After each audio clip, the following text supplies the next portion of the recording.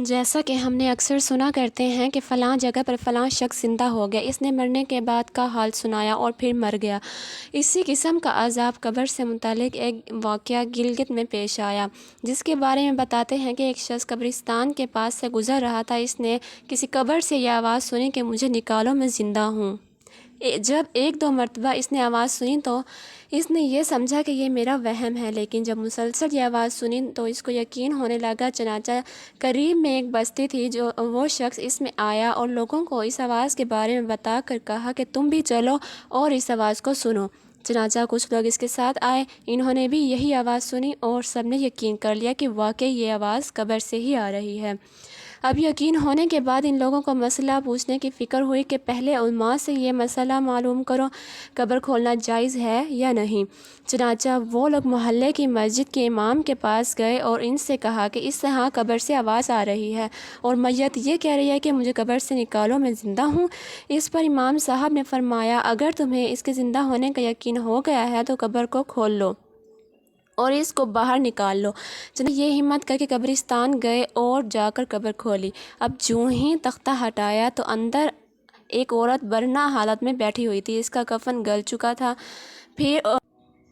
پھر لوگوں نے کہ وہ عورت کہہ رہی ہے، جلدی سے میرے گھر سے میرے کپڑے لاؤ، میں کپڑے پہن کر باہر نکلوں گی۔ چنانچہ یہ لوگ فوراً دوڑ کر اس کے گھر گئے اور جا کر اس کے گھر والوں کو یہ واقعہ بتایا۔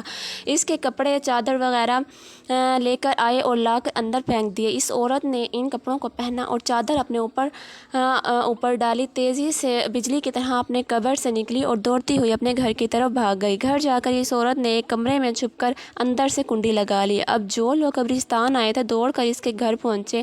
ان کو وہاں جا کر معلوم ہوا کہ اس نے اپنے کمرے میں اندر سے کنڈی لگا رکھی ہے۔ ان لوگوں نے دستک دی کہ کنڈی کھولو۔ اندر سے اس عورت نے جواب دیا، میں کنڈی تو کھول دوں گی، لیکن کمرے کے اندر وہ شخص داخل ہو جس کے اندر مجھے دیکھنے کی تاب ہو۔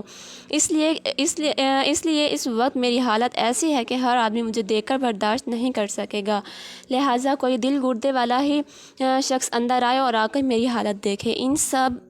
اب سب لوگ اندر جانے سے ڈر رہے تھے، مگر دو چار آدمی مضبوط دل والے تھے۔ انہوں نے کہا کہ تم کنڈی کھولو، ہم اندر آئیں گے۔ اس نے کنڈی کھول دی اور کچھ لوگ اندر چلے گئے۔ لوگوں نے اندر جا کر دیکھا، وہ عورت اپنے آپ کو چادر میں چھپائے بیٹھی ہوئی تھی۔ جب یہ لوگ اندر پہنچے تو اس عورت نے سب سے پہلے اپنا سر کھولا۔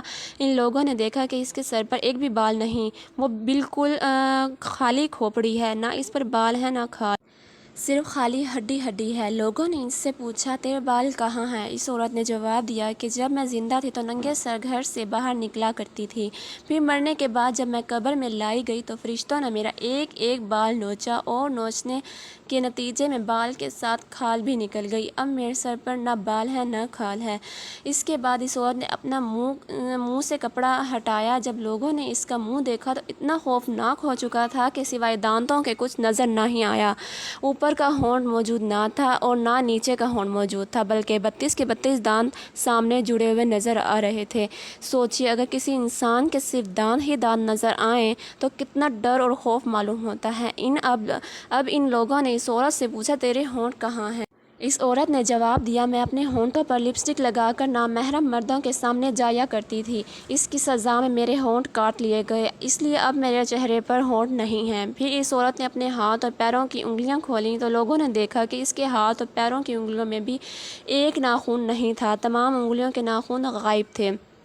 اس سے پوچھا، تیری انگلیوں کے ناخن کہاں گئے؟ اس عورت نے جواب دیا، ناخن پالش لگانے کی وجہ سے میرا ایک ناخن کھینچ لیا گیا، چونکہ میں یہ سارے کام کر کے گھر سے باہر نکلا کرتی تھی، اسی لیے جیسے ہی میں مرنے کے بعد قبر میں پہنچی تو میرے ساتھ یہ معاملہ کیا گیا اور مجھے یہ سزا ملی کہ میرے سر کے بال بھی نوچ دیے گئے، میرے ہونٹ بھی کاٹ دیے گئے اور ناخن بھی کھینچ لیے گئے۔ اتنی باتیں کرنے کے بعد وہ بے ہوش ہو گئی اور مردہ بے جان ہو گئی، جیسے لاش ہوتی ہے۔ چنانچہ ان لوگوں نے دوبارہ اس کو قبرستان میں پہنچا دیا۔